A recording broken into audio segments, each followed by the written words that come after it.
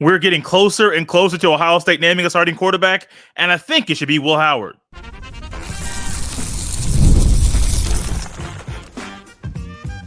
You are Locked On Buckeyes, your daily podcast on the Ohio State Buckeyes. Part of the Locked On Podcast Network, your team every day. Welcome in, Buckeye fans, to a Monday edition of Locked On Buckeyes, part of Locked On Podcast Network, your team every day. Here on Monday, August 5th in the year 2024, I'm your host, Jay Stevens, also the host of the Jay Stevens Podcast, and today's episode is brought to you by FanDuel. Make every moment more. As playoffs wind down, the sports stop sporting like you want them to, but this summer, FanDuel is hooking up all customers with a boost or a bonus daily. That's right. There's something for everyone every day all summer long. Visit FanDuel.com to get started. Ohio State has completed 4 fall practices, 1 Thursday, 1 Friday, 1 Saturday, 1 Sunday. 4 days in a row, and the Buckeyes have got to see a lot from the quarterbacks all offseason, but things kind of ramped up once fall camp started. Will Howard, Devin Brown, Julian Sayin, Lincoln Kienholz, and Aaron Nolan are all working to be quarterbacks at Ohio State, but only a few of them have a legitimate shot to be QB1 this year. I think we're getting closer to Ohio State naming a starting quarterback, and I still think, I've said it all offseason, I'll say it again today, I think it should be Will Howard. Now, Will Howard's in an interesting spot because he's been through more fall camps or preseason camps than anybody else in Columbus, at least in college football. This is his first time doing it in Columbus. So the way Ohio State's doing things is different than it did it at Kansas State, but that does not mean Will Howard does not know, hey, I got to ramp things up right now. I got to show everybody I am worthy of holding the title of QB1 in Columbus. Hey, oh boy, 240 pounds, then he got 6'4", ran and took off for an 85-yard touchdown run. We all know Ohio State is going to run the ball more, especially with their quarterbacks. So when you keep that in mind, if a guy of that size that you know he can run, busts off and takes off for an 85-yard touchdown run during practice, that is huge. But then what about the arm? We talked about it at the end of last week, the consistency, some things that he did good, some things he didn't do as well. Well, right now, Will Howard is taking the majority of the first-team reps during practice. Julian Sayin is being sprinkled in there occasionally as well. He threw a pick 6 to Jermaine Matthews Jr.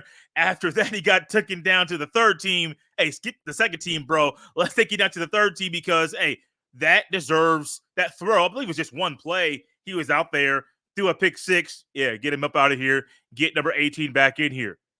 Didn't really see much or hear much about Devin Brown as far as the top 2 guys, the guys making the most noise. Julian Sayin was effective in the red zone passing portion of practice. He led multiple drives at the first team as well on day 3, so he's doing a lot of things, getting a lot more attention. Even though he may be a more accurate thrower at times, it's the decision-making. He processes at a pretty quick rate for a guy who is currently a true freshman quarterback. But I still think Will Howard's a guy, and I'll add this to the whole conversation about Will Howard being the guy. It wouldn't shock me if Ohio State and Ryan Day named a starting quarterback by the end of the week. And I've said this numerous times, and the everydayers realize this is a pivotal point of the offseason. The longer you wait to name a starting quarterback, it could be good for the team. It could backfire. Now, last year, waiting until week number, 2 to start, at the completion of week number 2, to name a starting quarterback, that's one thing. Not really being sure if that was the guy until after the Notre Dame game, that's another. I don't think Ryan Day, one, wants to do that, but number 2, I don't think he needs to. And also, I don't think this is a knock on Devin Brown. I think Devin Brown has been working up and has been really working hard to overcome some things, and right in an offseason where he sees, hey, Kyle McCord, he transfers out. Man, y'all bringing in Will Howard? Man, y'all know y'all want me to be this run quarterback and do some run packages with that quarterback. That all of a sudden, you're bringing in a guy who's 6'4", 240, who runs better than me, has more experience than me, can do some things better than me in the passing game. That's not to say Devin Brown is terrible or trash. That is just saying Devin Brown's been working uphill all offseason. And so as you see reports and things that come out from fall camp and here on the show, maybe we kind of hone in on Julian Sayin and Will Howard is just what's going on in practice. And ultimately, Devin Brown has been working hard, an uphill battle all offseason for saying he's a newcomer. I mean, you know how it is when you get that new shiny toy, or you get that new person in the office, or maybe the new person to the friend group, and you're like, hey, we know who's been here for a while, but hey, you knew. And some of the jokes that they tell may not be overall funny, but they're funnier because they're new and they hit a little bit different. Or maybe some of the things a newcomer does at work get a little bit more attention because they are new. It's the same thing here. However, Sayin's good. And I don't normally just come out here and talk about true freshmen in this way, in this light. Brian Smith has talked about him. We've talked about him here on this show. Mo Murphy, a frequent contributor of the show, has talked about him as well. Julian Sayin is good. At the end of the day, at the end of his career, he might be the quarterback that has the best overall career in college football. And that's not to say it's going to be in Columbus. He could very well transfer out if he chooses to at the end of the year. Now, I don't think that's going to happen. Will Howard's gone. And ultimately, if Sayin is QB3 or maybe even QB2 this offseason, what are we going to find? That probably Sayin's going to be in the mix next year to be QB1 next year. Devin Brown's going to be another guy that, hey, he may have the upper hand as far as being the most experienced Buckeye, but that doesn't mean he won't have a battle with Sayin in the offseason. For Will Howard, though, I like a lot of the things that we are seeing from him. Sayin, let's go back to him really quickly. He connected with Brandon Ennis for a touchdown on day 4 practice. Will Howard was the most consistent quarterback on that day. Once again, he took most of the first team reps on day 3 of practice, on day 4 practice. This is what you want. You want to find a guy that you believe can lead the offense, that can run things very well. Let him go out there and practice and do what you think he can do. Let him show it. Let him prove it. Let him show everyone he has earned the right to be QB1 in Columbus. Now, for Sayin, he ain't going to stop battling. He ain't going to stop working. He ain't going to stop grinding. He is also going to make some true freshman mistakes in practice right now. And I think for the QB competition, for the QB position specifically, get them things out during fall camp, during practice. But if they're at a rate that kind of makes you pause, and it kind of makes you a little confused as why is this still happening, maybe that's a sign that this is not the guy to be QB1 right now. Maybe he will be down the road, but as for right now, he might not be the guy. And also, that is okay. I think Ryan Day, now I've been also saying, let me go back real quick. I've also said this offseason that I think Ryan Day in Ohio State will wait till week 2 full weeks of practice to name a starting quarterback. I said, yeah, but it wouldn't shock me if it happened this week. The timing makes sense. What you've seen in practice makes sense. The way they're rolling things out in practice makes sense. I mean, a lot of things just work and make sense for it to be named right now. And also, it's going to help guys like Jeremiah Smith and Brandon Ennis and Carnell Tate and Abuka and the offensive line who are still shuffling around. Going to talk more about them later in the show. It'll help everyone. If you just name a starting quarterback sooner rather than later and let that thing ride, because you're going to let the offense get great preparation for what the offense will be in the future. Speaking of the offensive line, that was something else we observed at fall camp, and there's some things that some guys are doing on defense that are really impressing the coaches. This episode is brought to you by eBay Motors. Passion, drive, and patience. The formula for winning championships is also what keeps your ride or die alive. eBay Motors has everything you need to maintain your vehicle and level it up to peak performance. Superchargers, roof racks, exhaust kits, LED headlights, and more. Whether you're into speed, power, or style, eBay Motors has you covered. With over 122 million parts for your number one ride or die, you'll always find exactly what you're looking for. And with eBay Guaranteed Fit, your part is guaranteed to fit your ride every time or your money back. Because with eBay Motors, you're burning rubber, not cash. With all the parts you need at the prices you want, it's easy to make your car the MVP and bring home huge wins. Keep your ride or die alive at ebaymotors.com. Eligible items only. Exclusions apply. eBay Guaranteed Fit only available to U.S. customers.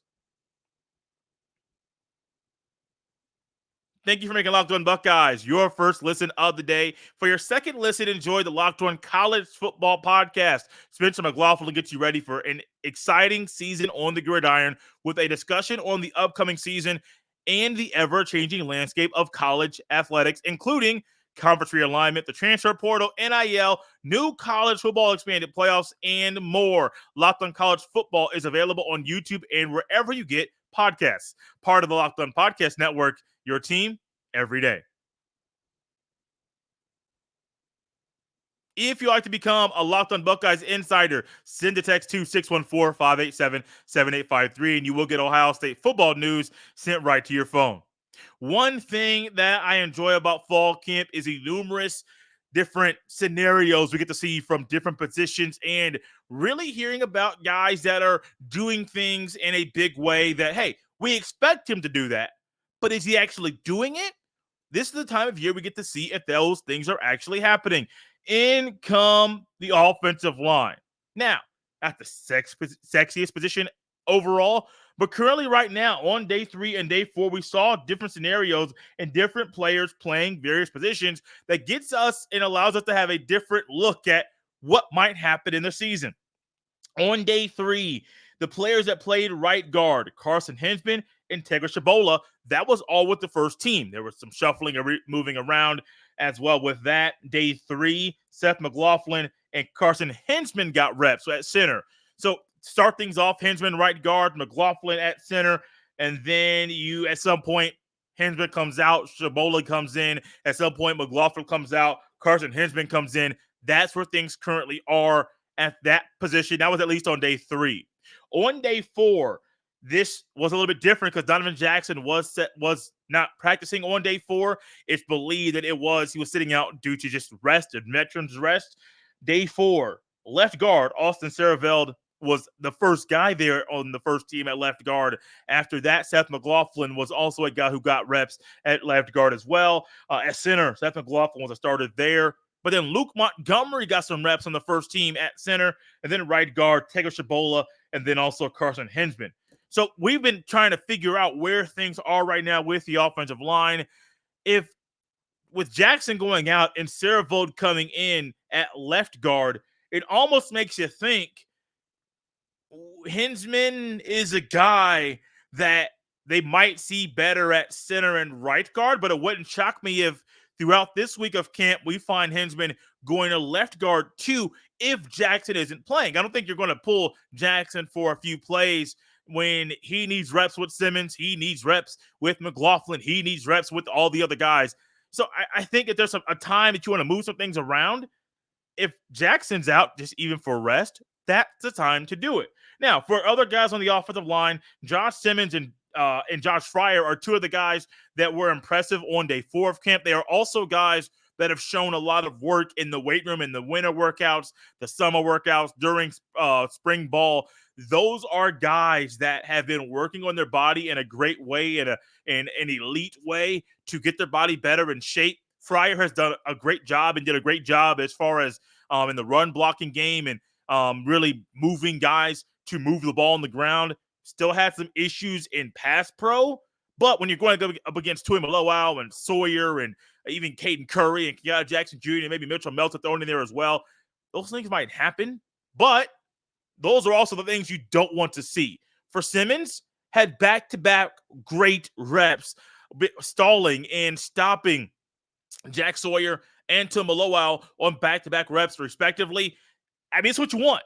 You want a guy like Simmons who transferred in before last season, started last year at left tackle, who showed improvement throughout the offseason, and really I think is maybe sneakily one of those guys on the offensive line that could, at the end of the year, be the best offensive lineman Ohio State has. I'm not even just trying to make a hot take or make a statement that really hasn't really been talked about that much. I just truly believe that there's a realistic opportunity for Simmons to be the best offensive lineman at the end of the year. And I also think, he could end up, this is a high moment. If he is the best Buckeyes offensive lineman, he could be a day 2 pick next year, round 2 or round 3. I think right now he's a day 3 pick. I don't really talk much NFL draft solo this time of year, but if it makes sense, it makes sense. And Simmons is a guy I think is going to show a lot of people he has what it takes to not only be a really good Buckeyes left tackle, but to also be a future NFL tackle as well. Some other guys that really have done some good things throughout fall camp, Davidson Igbenogsid and Sonny Styles were impressive tacklers.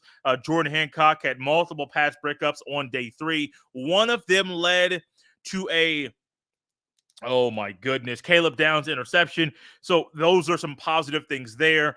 In regards to the running back position, we all know the top 2 guys are Judkins and Henderson. Then we're trying to figure out where things are as far as Peoples and Williams-Dixon. Will they be able to do what is needed? And will they be able to raise their play and be good enough, not just in the running game, but also with the intangibles that are needed to play running back at Ohio State? Also in pass pro, will they be able to handle those responsibilities? Well, as of right now, this is coming from day 3 of camp. They have had numerous positive runs, and they're showing, hey, I know it's early, but we might be able to do what is needed. Now, Ohio State said they want to have 4 guys. They want to have 4 running backs. Now, we know you got 2 that you can truly believe in, really be solid. I'm going to make a statement that I made earlier. I'll make it again. It's not about Peoples or Williams-Dixon, but I am believing that Quinshon Judkins should start this year and Henderson should be the backup. This is not a knock on Henderson's ability. I just think Judkins is going to be the best piece of the pie and the better running back this year for the Buckeyes offense. So many people know that I have a person that was very critical and open about some things Henderson did and the way I analyzed his football game. He's a good back. However, I think overall, for what Ohio State wants out of RB1, Judkins is the better player and for what Ohio State wants right now. I am just hoping. One thing I am hoping for throughout this week, not just more positive things from the running backs and for defensive players and for offensive players, but once Ohio State names a starting quarterback, I believe on offense, the offensive line should stay intact. Don't keep moving guys back and forth, left and right.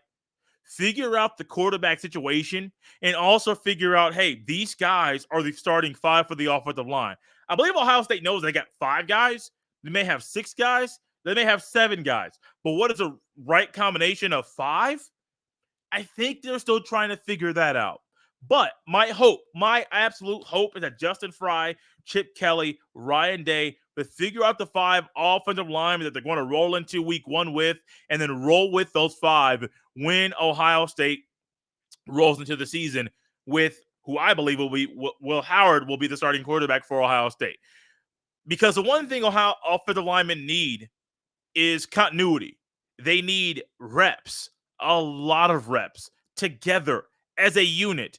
And the more you shuffle things around, the more you move things around, that slows the ability for them to really figure out their communication, to figure out the things that really are things you can only figure out by playing.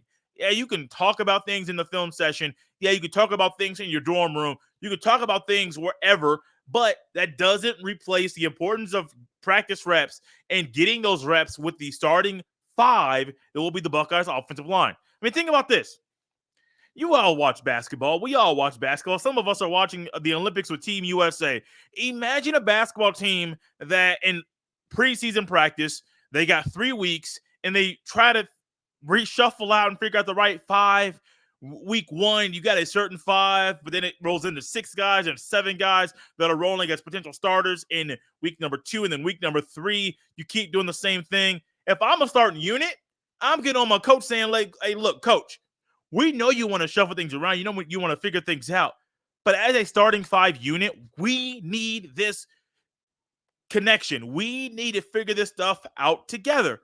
And ultimately, coaches know that, but sometimes coaches want to try to shuffle things around and figure things out a little bit too late in the offseason, and it rolls into the regular season, and it could backfire on you. So when it comes to the Buckeyes offensive line, just like the quarterback competition, when you realize, hey, McLaughlin is your center, Will Howard's your starting quarterback, or McLaughlin's a guy and either Brown or Sands starting quarterback, keep that. If Henchman's your right guard, keep that. If Fryer's your right tackle, if Jackson's left guard, if Simmons is left tackle, keep it. Get the combination, especially with center and quarterback, but then also keep the connection, the consistency, that's the word I was looking for, with the offensive line as well. Consistency, continuity. Michigan had that, and they also got caught. And boy, Sharon Moore, that man might get suspended. This episode is brought to you by FanDuel. I love sports. I love them so much. I never want them to stop. But as the playoffs wind down, we get fewer games, and the sports aren't sporting like I want them to. But FanDuel lets me keep the sports going whenever I want. All I have to do is open the app and dream up bets anytime I'm in the mood. And this summer, FanDuel is hooking up all customers with a boost or a bonus daily. That's right. There's something for everyone every day, all summer long. So head over to FanDuel.com and start making the most out of your summer. FanDuel, official sports betting partner of Major League Baseball. Thank you for making Locked On Buckeyes your first listen every day. When we heard that the NCAA would be handing Michigan with the notice of allegations regarding the cheating scandal, we all knew, hey, this thing could get bad. But we were all kind of waiting and anticipating how deep this thing went. How far did they go? How many games did they scout? And now we got some details about it. I'm going to dive into them in a second. I'm going to reiterate something I said last week about this very topic. The NCAA should bring down the hammer on Michigan because, y'all, this thing is crazy. This thing is wild. And it's kind of insane to think about. Michigan's new coach, Sharon Moore, might get suspended for his involvement in this cheating scandal. Michigan head coach Sharon Moore deleted 52 texts with Connor Stallions the day of the initial sign stealing report. So right away, he is already saying, hey, man, look, let's try to get this out of here. Let's all delete them. But as we find out in the things we're reading about this report, they were able to dig up the text. I don't know if they were able to read word for word what was said, but they were able to see, hey, 52 texts to this number. Whose number was it? It was to Connor Stallions. Michigan illegally scouted over 55 games. And also it's confirmed that Connor Stallions somehow, some way was on the CMU sideline, Central Michigan sideline, week 1 of last season. Now, they were playing Michigan State.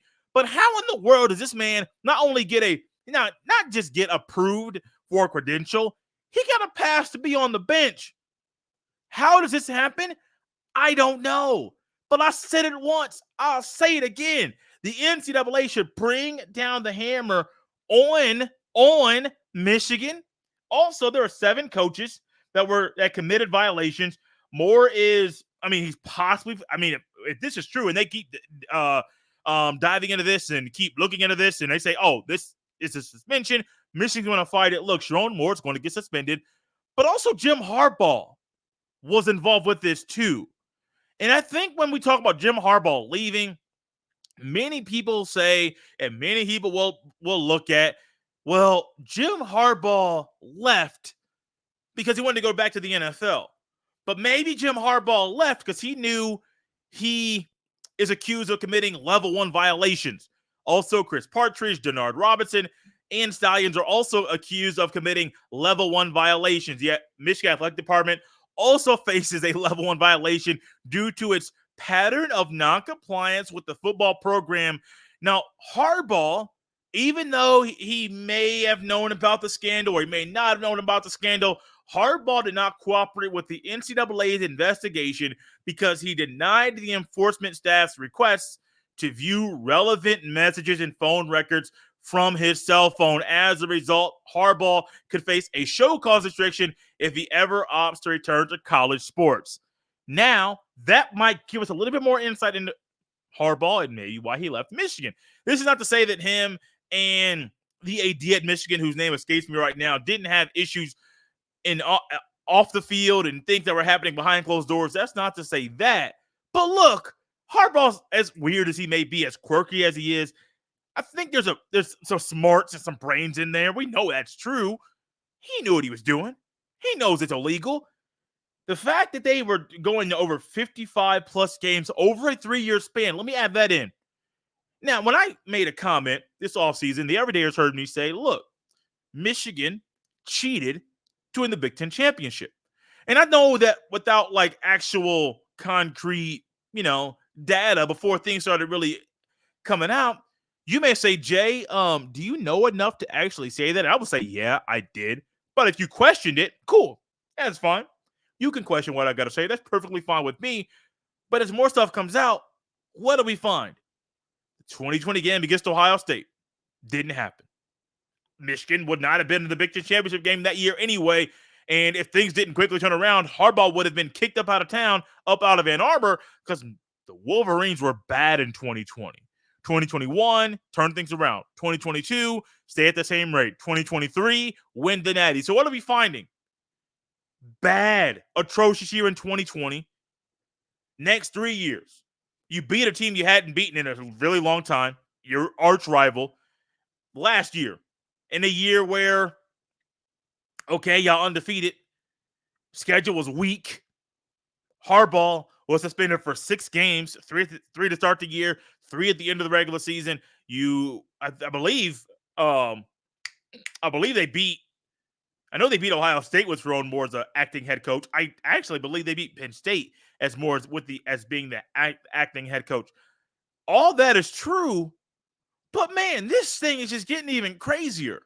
Y'all just keep cheating and cheating and cheating. And as I am a person that not only realizes this year will be different for Michigan, I also realize, look, Michigan has really good players on defense. They got some good guys on offense. Offensive line was really, really, really, really, really good. Can't deny that. But it truly makes me wonder if they were only playing with the talent and the natural ability of scouting that they currently have outside of the sign-stealing scandal that Stallions was the mastermind behind, would they have beat Ohio State 3 years in a row? Would they have won the national championship last year? Would they have been undefeated last year? I mean, I legitimately think these questions, and I do believe, I've said it once, I'll say it again, I think Michigan may have been more talented than Ohio State over some of those years. But as we've seen in this rivalry, sometimes the more talented team does not win the game. So I'm seriously sitting here questioning and wondering, yes, I am wondering when the hammer is going to be brought down on Michigan. Will it happen this year? Probably not. Michigan's appeal probably will not be heard until 2025. But if all that is true, I think it should make anybody wonder, not just an Ohio State person or a Michigan person, a college football person in general. If all this is true, would Michigan have beat Ohio State 3 years in a row?